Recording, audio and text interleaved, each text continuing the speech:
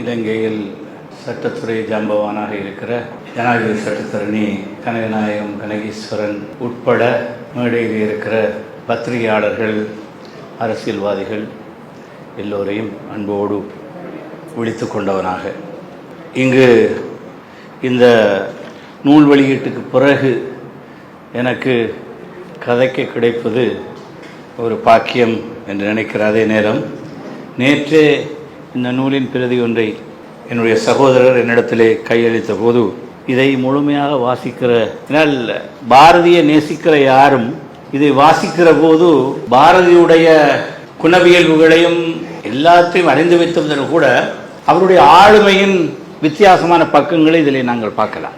பாரதி எல்லோரும் சொன்னதைப் போல மிகவும் அமைதியானவர், ஆரவாரம் ஆர்ப்பாட்டம் இல்லாத ஒரு ஊடகவியலாளர், மிக நிதான போக்கோடு எல்லாவற்றையும் கையாள்பவர் என்று நாங்கள் அறிந்து வைத்திருந்தாலும் அவர் ஒரு லட்சியவாதி என்பதை இங்கு பலரும் பலவாறாக சொல்லியிருக்கிறார்கள். தமிழர்களின் அரசியல் இலக்கு சம்பந்தமாக சரியான ஒரு புரிதலோடும் பொறுமையோடும் ஒரு ஊடகவியலாளராக மிக சாணக்கியமாகவும் தன்னுடைய வாழ்நாளை கழித்தவர் என்பதை நாங்கள் மிக தெளிவாக இதிலே பார்க்கிறோம். ஊடகவியலாளர்களுக்கும் அரசியல்வாதிகளுக்கும் பல சந்தர்ப்பங்களிலே சமரசம் செய்ய வேண்டிய கட்டாயம் வரும். ஆனால் அந்த சமரசம் என்பது ரெண்டு வகை. லட்சியத்துக்காக, இலக்கை அடைவதற்காக கொஞ்சம் பதுங்கி பாயலாம் என்று சமரசம் செய்து கொள்வது, அது ஒரு வகை. அடுத்தது சரணாகதி சமரசம். இந்த சரணாகதி சமரசத்துக்கும் பாரதிக்கும் எந்த தொடர்பும் இருக்கவில்லை என்பதை நாங்கள் அவருடைய வாழ்க்கை பார்க்கிறோம். அதே போல மேடையில் இருக்கின்ற எந்த ஊடகவியலாளருக்கும் அப்படியான சரணாகதி சமரசம் செய்ய வேண்டிய தேவை ஏற்பட்டிருக்காது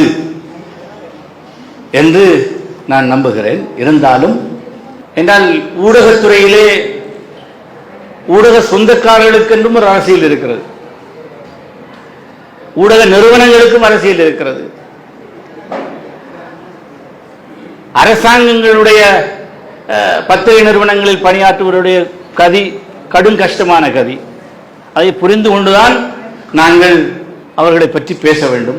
என்னை பொறுத்த மட்டிலே இந்த பாரதியுடைய வாழ்க்கையை பார்க்கிற போது அவர் எப்படியான விஷயங்களிலே சமரசம் செய்து கொண்டார். இங்கு அவருடைய இந்த புத்தகத்திலே பலரும் பலவாறாக பல விஷயங்களை எழுதியிருக்கிறார்கள். அதிலே அவருடைய உதவியாளராக அவரிடம் பணிபுரிந்து அவரிடம் ஊடகம் கற்றுக்கொண்ட பாலசுப்ரமணியம் கிருபாகரன் ஒரு கதையை எழுதியிருக்கிறார். அது எப்படியெல்லாம் பல விஷயங்களை தொட்டு போயிருக்கிறார். நிறைய விஷயங்கள் ஸ்ரீகஜன் எழுதியிருக்கிறார். இதில் குறிப்பாக அவர் ஆரம்பத்திலே ஈழமுரசு தொடக்கம், முரசொலி தொடக்கம், பிறகு கொழும்புக்கு வந்து தினக்குரல், வீரகேசரி தினக்குரல், பிறகு தினக்குரல் என்று இறுதியிலே திரும்பவும் யாழ்ப்பாணத்தில் இருந்து கொண்டு வீரகேசரியின் யாழ்ப்பாண பதிப்பு என்றெல்லாம் இவற்றுக்கெல்லாம் அந்த பொறுப்பை ஏற்று நடத்துகிற போது அவர் கண்ட சவால்களை, அதே நேரம் சில விஷயங்களில் இருந்து அவருக்கு திருப்தி இல்லாத நேரம் விட்டு விலகி போன நிலைமையும் இருக்கிறது. இவையெல்லாம் சேர்ந்துதான் பாரதி என்கிற ஆளுமையின் பல பக்கங்களை நாங்கள் பார்க்கிறோம். இதில் கிருபாகரன் மிக தெளிவாக எழுதுகிறார். தினக்குரல் முகாமை, தினக்குரலை வீரகேசரி பிரசுரத்திடம் கையளிக்கின்ற சந்தர்ப்பம் வந்த போது அவர்கள் எல்லோரும் அதற்கு எதிராக நாங்கள் கிளர்ச்சி செய்ய வேண்டும், இதை தினக்குரலை தனியாக வைத்துக் கொள்ள வேண்டும் என்றெல்லாம் போராடிய போதும் அதிலும் சமரசம் செய்து வைத்தவர் பாரதி தான். அந்த சமரசத்துடைய விளைவுதான் இன்று தமிழ் தேசியத்துக்கென்று 2 தேசிய நாளிதழ்கள் ஒரே நிறுவனம் வெளியிட்டாலும் அவர்கள் ஒரே இலக்கை நோக்கி போவதற்கான அந்த பயணத்தில் போட்டி போட்டுக் கொண்டு இருந்த 2 பத்திரிகைகள் இன்றும் வாழ்ந்து கொண்டிருக்கின்றன. ஏனென்றால் சில நேரம் பொருளாதார காரணங்களுக்காக பத்திரிகை நடத்துவது என்பது லேசான காரியம் அல்ல. எங்களுடைய தொழிலதிபர் சாமி அவர்கள் இதை ஆரம்பித்த போது அவரை அது ஒரு தியாகமாக நினைத்து தான் ஆரம்பித்திருப்பார். ஆனால் கொண்டு செல்ல முடியவில்லை. வித்யாகரனுக்கு இதில் நிறைய அனுபவம் இருக்கிறது. பத்திரிகை நடத்தி பார்த்தா தான் தெரியும். எனவேதான் அந்த இடத்தில் அவர் செய்து கொண்ட சமரசங்கள். அதே நேரம் இன்று அவரை பற்றி பேசுகின்ற போது அவர் இயற்கை எழுதியதை விட்டு நாங்கள் திருப்தி அடைய வேண்டும். ஏனென்றால் நிறைய பத்திரிகையாளருக்கு இயற்கை எழுத முடியவில்லை. பலவந்தமாக அவர்கள் உயிர்கள் பறிக்கப்பட்டிருக்கின்றன. அப்படியான சூழலிலே வாழ்ந்த 40 வருட காலம் தன் ஊடக பணியை இவ்வளவு செவ்வனே செய்தார் என்பது மட்டுமல்ல, பலருக்கு உதார புருஷராக ஒரு ஆதர்சமாக இருந்துவிட்டு போனார் என்பதை குறித்து கொண்டாடுகிற ஒரு நிகழ்வாகத்தான் இந்த நிகழ்வு நடந்து கொண்டிருக்கிறது.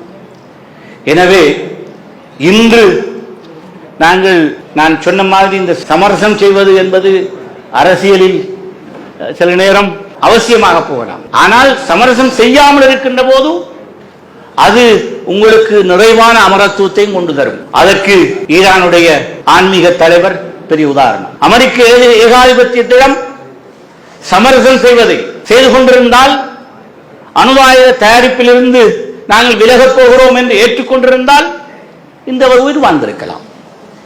ஆனால் அந்த சமரசம் செய்யாததன் மூலம், இந்த ஏகாதிபத்தியவாதிகளுக்கு அடிபணியாததன் மூலம், ஜியோனிச சக்திகளின் இந்த கொடுங்கோல் அரசியலுக்கு நாங்கள் அடிபணிய மாட்டோம், அவர்களுக்கு நாங்கள் என்றுமே அவர்களை எதிர்த்து போரிடுவதற்கு தயாராக இருக்கிறோம் என்ற அந்த கொள்கை பிடிப்பில் இருந்த காரணத்தினால் தான் அவர்கள் உடைய போராட்டம். இதைத்தான் நிறைய என்றால் அவருடைய காலத்தில் இருந்து எத்தனையோ பேர் உயிர்ப்படை கொடுத்திருக்கிறார். அரசியல்வாதி அவர் ஆரம்பித்த காலத்தில் இருந்து ஆரம்பத்திலே சமரசம் செய்ய விரும்பாதவர்கள். யாழ்ப்பாண இளைஞர் காங்கிரஸ் ஆரம்பத்திலே ஜப்னா யூத் காங்கிரஸ் தொடங்கப்பட்ட போது தேர்தலிலும் போட்டியிடுவதில்லை என்று மிக பிடிவாதமாக இருந்த ஆரம்ப இயக்க போராளிகள் பிறகு தேர்தல் கேட்க வேண்டும், அதுவும் ஒரு சமரசம் தான். ஆனால் இலக்குகள் அடைவதற்கு அவ்வப்போது பதுங்கி பாய்வதற்கான ஒரு சமயோசித சமரசம் என்பது அவசியமாகிறது. இதைத்தான் பத்திரிகையாளர்களும் அவ்வப்போது செய்ய வேண்டிய நிர்பந்தம் வருகிறது என்பதை நாங்கள் புரிந்து கொள்ள வேண்டும். எனவே அந்த அடிப்படையிலே இந்த தமிழ் பேசும் சமூகங்களின் விடுவி நோக்கிய பயணத்தில் இவருடைய பங்களிப்பை நாங்கள் மறக்க முடியாது. அதே நேரம் அக்கிரமமாக உயிர் பறிக்கப்பட்ட ஏராளமான பத்திரிகையாளர்கள், அவர்களை பற்றி இந்த சந்தர்ப்பத்திலே நாங்கள் அவர்களுக்கு என்ன செய்யலாம் என்று நினைக்கிற போது ஒன்றை மட்டும் நான் இங்கு சொல்லி போகலாம். பத்திரிகை நிறுவனங்களும் அரசியல்வாதிகளும் என எத்தனையோ ஆணைக்குழுக்களை அமைத்து விட்டார்கள். பத்திரிகையாளர்களுக்கு எதிராக நடந்த கொடூரங்களை விசாரிப்பதற்கு ஒரு ஜனாதிபதி ஆணைக்குழு வேண்டும், தனியாக அதற்கென்று அமைக்கப்பட வேண்டும். அது எல்லா சகல இனத்தவர்கள். இந்த நாட்டின் இனப்பிரச்சனையிலே அது ஒரு பெரிய அக்கிரமமாக பார்க்கப்படுகிறது. கடந்த 2 வருடங்களாக பலஸ்தீனத்திலேதான் கூடுதலான ஊடகவியலாளர்கள் பலியாகி இருக்கிறார்கள். ஆனால் அதற்கு முன்பு எமது நாடு சர்வதேசத்திலும் முதல் இடத்திலே இருந்த ஒரு நாடு.